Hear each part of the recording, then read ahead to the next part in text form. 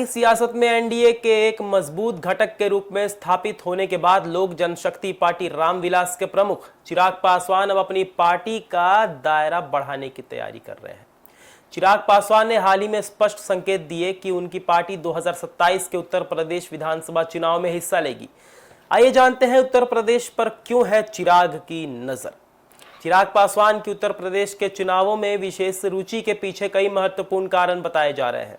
जैसे उत्तर प्रदेश में पासवान समुदाय की अच्छी खासी आबादी है, जो चिराग के लिए एक बड़ा आधार बन सकती है।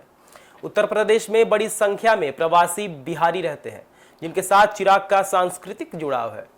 चिराग पासवान अपनी पार्टी की एक स्वतंत्र राष्ट्रीय पहचान बनाना चाहते हैं।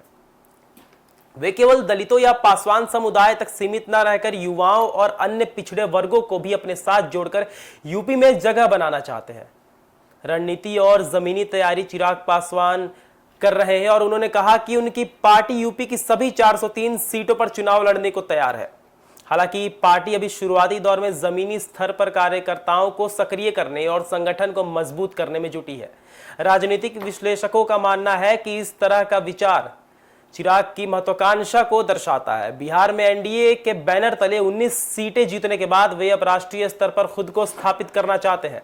विशेषज्ञों के अनुसार यह रणनीति उन्हें बिहार की राजनीति में भी बेहतर सौदेबाजी करने से बेहतर स्थिति प्रदान कर सकती है। जैसे कि उन्होंने बिहार विधानसभा चुनाव में सभी 243 सीटों पर लड़ने का ऐलान करके 29 सीटें हासिल की थी। आने वाले समय में यह देखना दिलचस्प होगा कि चिराग पासवान का यह यूपी मिशन उनकी राष्ट्रीय राजनीति की दिशा को किस प्रकार बदलता है। संक्षेप में बात करें तो बिहार के क्षेत्रीय दल अब केवल राज्य की राजनीति तक सीमित नहीं रहना चाहते। वे राष्ट्रीय फलक पर अपनी जगह बनाने के लिए एक नई और आक्रामक रणनीति पर काम कर रहे हैं, जिसका असर आने वाले विधानसभा चुनाव में साफ तौर पर देखा जा सकता है।